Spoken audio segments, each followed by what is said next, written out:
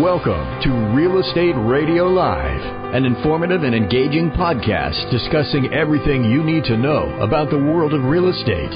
Your host, Joe Caccera, provides you with insight and guidance on how to buy, sell, finance, and invest in real estate. He also offers real estate tax management strategies, new construction advice, home improvement tips, and much, much more. And now, to guide you around the world of real estate, here's your host and Real Estate Radio Live team leader, Joe Caccera. Welcome in. This is Joe Caccera with Real Estate Radio Live, the podcast series, as we kick off another new week into the month of February of 2017. Just a reminder, if you need to reach us, contact us, reradiolive.com. As also a reminder, 5 days a week we're with you. Be sure to tune in and follow the podcast and listen to them as you will. Quick update, Mondays, Mike D'Ambrosio does the show. Tuesdays, it's Mike and I.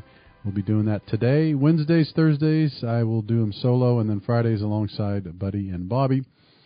Today, the topic is going to be two different things Mike and I are going to cover, is the top 10 markets in 2017, the hot markets, I should say, and then we're going to talk a little bit about better understanding the single home buyers market. We're going in the home buying season, so to speak, so we're going to really talk a little bit about some of the things to better understand as a single home buyer. That trend is changing percentage-wise. There's more and more people that are going to be buying homes single, whether it's be through a divorce, separation, maybe one of the spouse, when someone passes away. There's all kinds of reasons why. So Mike and I are going to talk about that. Welcome in, Mike. Thank you. I got my coffee. I'm ready to go. The Super Bowl was yesterday. Energized. So, yeah, that was a great Super Bowl. Awesome. Super Bowl. So now that the Super Bowl's over, can we just finally put the mug down and say, okay, get your house on the market? Yeah, exactly. Please do. We need it. It was funny is I was talking to Laura the other day about, we plan out podcast content and stuff, and she's like, well, why don't you talk about the inventory after the Super Bowl? I'm like, oh my God, I've been hammering on that the last month, but it's true. And I mean, I can't emphasize it enough. This is really the time now. So I was thinking the other day, it was funny. I don't know where it came to me, but I know there's all kinds of reasons why that takes place, Mike, but you know what I was thinking? I think one of them is just there's no more excuses. And right? Yeah. First there's, we roll into Thanksgiving, then the weather, then Christmas, then New Year's Eve, and then the Super Bowl. It's like everybody, then you wonder if a certain segment of people are like, there's no more excuses. Yeah, exactly. I guess I got to go back to work. I guess I got to list my home. No, it's true. I think that's really the reason. I mean, it basically signifies the death of holiday season is the end of Super Bowl. I think President's Day is in February, though, so maybe people there you go. They do that, too. But, no, it's really the Super Bowl, I think, is the last big time people have people over. So I think that's one of the reasons why.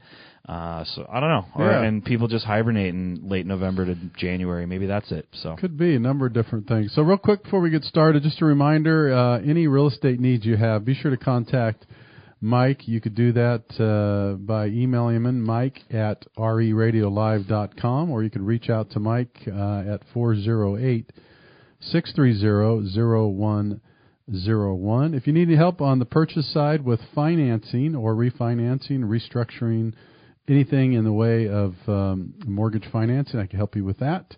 Email me, joe@reradiolive.com, or you can reach me at 408-838-9060.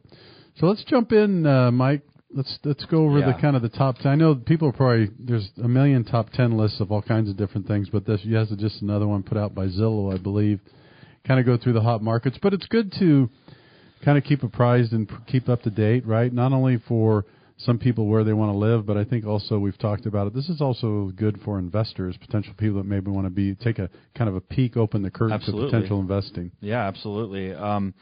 It's surprising to see Utah as three out of the top 10 cities. I thought that was pretty interesting. So just to give a brief, the countdown. 10 is Sacramento, California, and I want to talk about that mainly. 9's Denver, Colorado. 8's Ogden, Utah. 7 is Knoxville, Tennessee. 6 is Portland, Oregon. 5 Salt Lake City, Utah. 4 is Orlando, Florida. 3 is Provo, Utah. 2 is Seattle, Washington, and 1 is Nashville, Tennessee. So 2 in Tennessee too. So huh? and 2 in Tennessee. Yeah. I'm not surprised to see Seattle up there. Right. I think it's from a job perspective, from quality of life, living. I'm not surprised to see Seattle there, or Portland, Oregon too. Oregon's a really hot state. As far as anyone I talk to that goes to either Seattle or goes to parts of Washington or Oregon, just rave about it. Yeah. Especially when they're from California, where it's busy and and the prices are high. Right. So those are definitely some interesting markets. But Sacramento doesn't surprise me. So Sacramento's number 10, and it's one of California's most affordable markets. Right. A lot of people that have listened to our radio show or podcast for a long time know I started selling real estate in Sacramento in 2008, which was the worst time and place to get into real estate. Sacramento was one of the hardest hit markets in the country, and so it was interesting. I learned a lot. I'm actually happy I did start at that time in that place. But all that being said, I could see why it's on here. It's 58% less expensive less expensive than the Bay Area. But home prices are rising quickly. There's a lot to do there, both outdoors. They have rivers, they have lakes, they have you're an hour and a half, 2 hours from Lake Tahoe or Reno. You're an hour away from the city, or a little bit over that. So it's it's good location. I guess the biggest downfall of the Sacramento as compared to the Bay Area is it's about 10 degrees hotter there during the summer, and probably about 10 degrees colder during the winter. And I lived there for 6 years. I went to school at Sac State, and then I worked there for a couple of years before I moved back here. There's a lot of job opportunities there. I mean, there's a lot of state jobs, obviously, because it's the capital. Right. So there is a lot of state jobs, but there's a lot of big companies that are moving in there. So it's a good one. That's good. Yeah, I think that those are really the only downside. I spent a lot of time up there too. We used to have a branch up there. I was in Roseville and Sacramento a lot for 8 to 9 years. So I spent a lot of it does get really hot during the summertime. Totally different than we're used to, and a little bit of tule fog, those types of things. But as Mike mentioned, the affordability. I think the other piece there, Mike, is there's land. Yeah. Right? There's so much more land still. You drive up to that area, you see all the open land, and unlike driving into the heart of Silicon Valley, you're just not going to see it, so there's opportunities there. There's a lot of what we call urban sprawl there. I actually bought a home in a little town, or it's not a little town, Rancho Cordova, which is right outside of Sacramento. One of the first houses I bought was in Rancho Cordova, but it was like 15 minutes off the freeway. It was in this brand new, beautiful housing development. It was a brand new home. I got it for half the price of what it was when they first built them because the whole area crashed. But it's just out in the middle of nowhere. It'd take me 10 minutes to get to like the freeway or to shopping. Like it was, they didn't even have schools built out there yet. So there's a lot of that happening in Sacramento and in different markets surrounding Sacramento. But there's also some infill development happening in Sacramento, especially like Midtown, in downtown, which is a really nice, thriving downtown. I think it outdoes downtown San Jose any day of the week. But they're doing a lot of infill there and like loft living and condos and whatnot. So there's a lot going on. Yeah, you make a good point about the sprawl. The area that I think about is as you're driving, I think it's up 580, is Elk Grove. Yeah. Absolutely. Oh, I mean, it's a little bit different now. It's filled in, but I remember driving like there's nothing anywhere, and all of a sudden you go, what is that over there? No, it's out in the middle of nowhere. And then there's another area outside of Sacramento called Natomas, which is, and it was built in a floodplain. So like they found out after they built all these thousands of houses, like that the flood insurance, it was a big issue. But there's a lot of that around there. But it's fine. I mean, they're thriving communities, and there's a lot going on. Lot Sacramento has to be proud about. So they are predicting that home prices are going to rise 5% in 2017, which I think is about right. I think maybe in Silicon Valley we'll probably be right around there, depending on there's something catastrophic that happens in the market. And Realtor.com is predicting that the greater Sacramento area will become the nation's 4th hottest market in 2017, so it's going to bump up 6 spots based on price appreciation and growth in sales volume. So it's interesting stuff. Yeah, it is. Let's go through those. I mean, one of the things that we've talked about before, and I want to just kind of review with these top 10 too, were keep in mind that 2 reasons why these come up is, one, is their interest in relocating. Sometimes people are getting to retirement. Or in some cases, someone might even say, maybe I'm 5, 6, 7 years from retirement, but maybe I want to buy property in one of these locations. Yeah. Or just a pure investment play. Talk a little bit, Mike. We have about 2 minutes left in this before we take a quick break. Talk a little bit about the investment strategy again and how important it is. There's so many people that want to invest here. Yeah. But then they look at the numbers, they just don't pencil. They don't work, right? If you're willing to wait on appreciation and just park your money somewhere, then Silicon Valley is your place to be.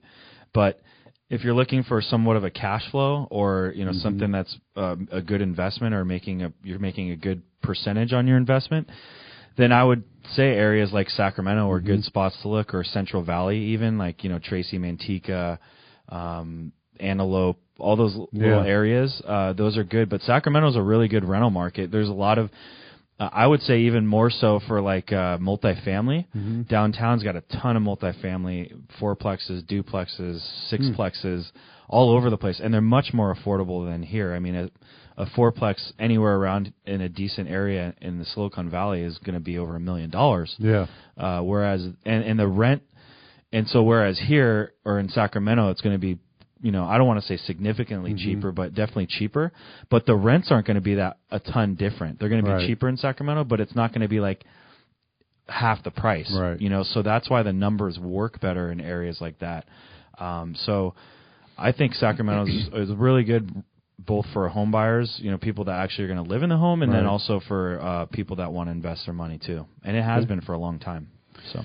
Very good. We're going to take a quick break, but just a reminder, too, as we finish up this segment, if you have any questions, about purchasing out of state, Mike and I have some good contacts, and we could, again, steer you in the right direction. So we're going to take a quick break. When we come back, we're going to chat a little bit about understanding the market for single home buyers. We'll be back in just a second. For more information on today's program, visit reradiolive.com.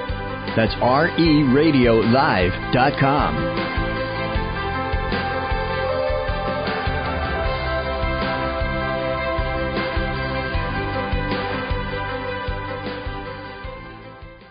Hi, this is Joe Kuchera, host of Real Estate Radio Live and Bay Area Mortgage Planner. In addition to being your home financing expert, please remember you could always contact me for other trusted advisors such as realtors, financial planners, and CPAs. Please feel free to contact me at 408-838-9060. That's 408-838-9060, or email joe at reradiolive.com, or visit my website at reradiolive.com for more details.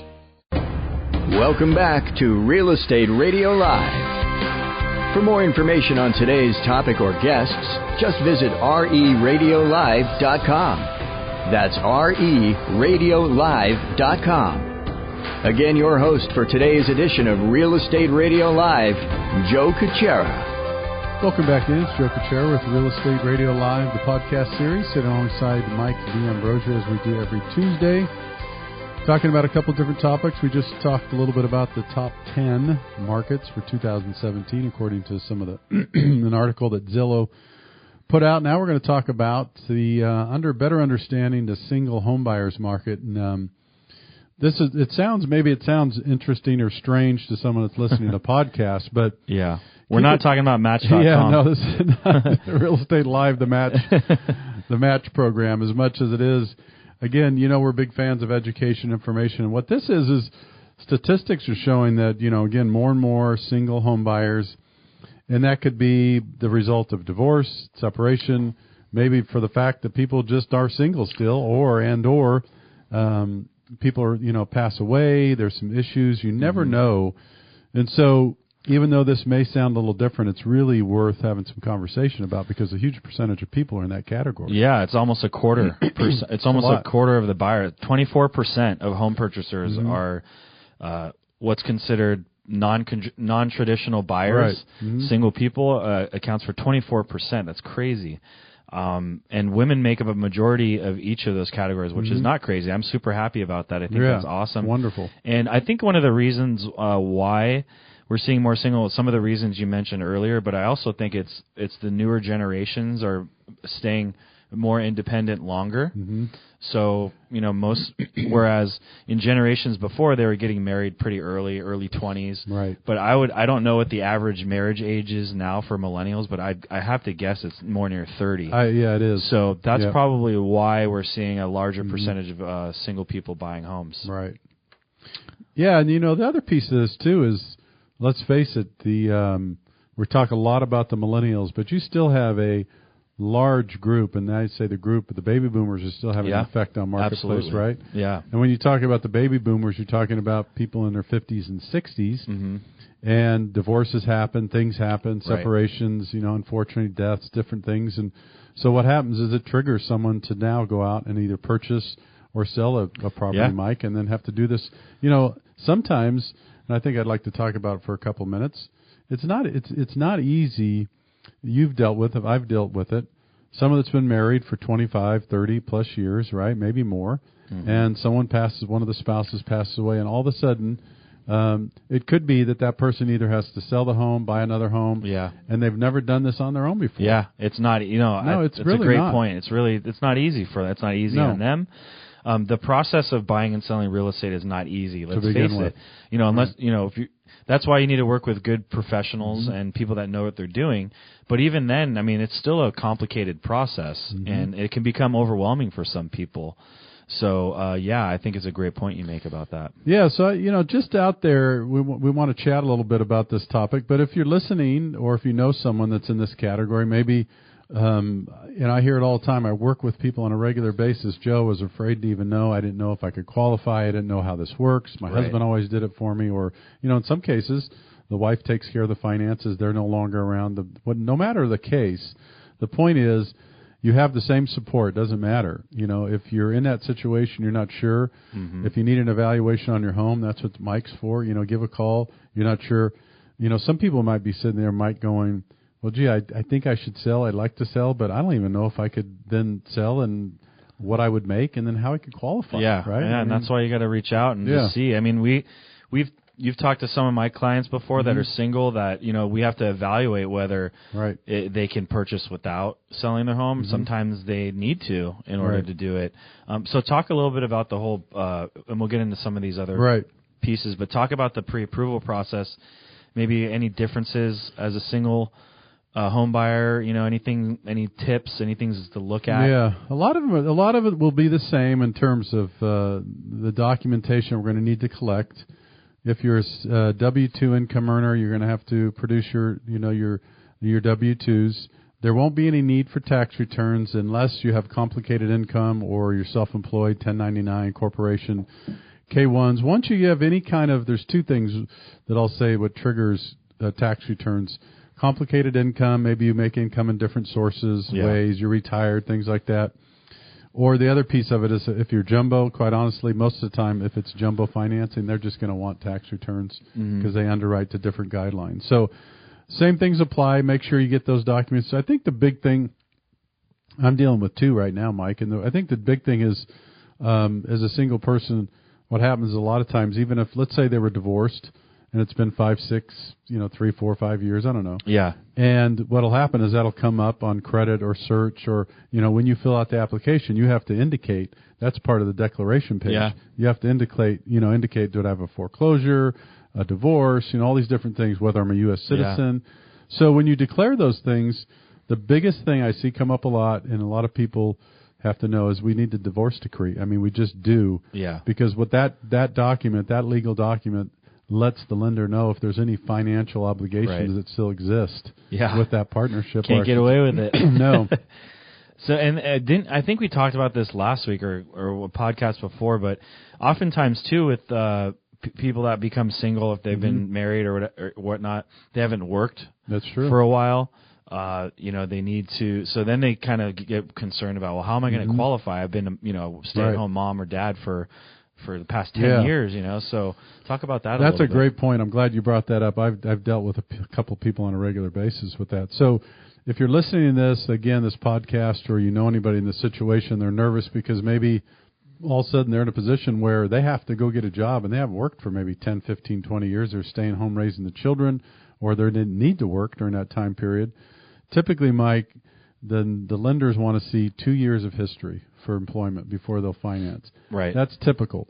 We can do it as little as a year. There's some investors we could work with that'll do as little as a year. I haven't seen anybody. I don't know many people other than Hard Money that might do something less than a year. Yeah. So one thing to think about, if, down the road, or if you're thinking, okay, I'm going to be in a situation where I'm going to need to finance and you haven't worked for a while, I would say great message to get out today. You would have to get a job, and that's a permanent job, by the way, and have that for at least 1 year before all investors or lenders would consider doing that. What about alimony? Alimony is also, it's a great point. That's also considered income. That's another reason they'll need that divorce decree to figure out what it is. And depending on how long that alimony is going to run along or consist of, how much and how long it's going to last. Typically, if it's going to last at least 3 years or more, they will consider that as income. Yeah, interesting. And a lot of this comes, and again, I hate to be vague, but some of this changes if it's jumbo financing because they have really a different way of looking at income and what they allow and don't allow. Got it. So what most of this comes down to, and I'm glad we're having this conversation, is we started off as the Match.com show, and now we're talking about divorce. That's right. It's all full circle. Not to suggest that. Yeah. I'm just saying that it's all part of life.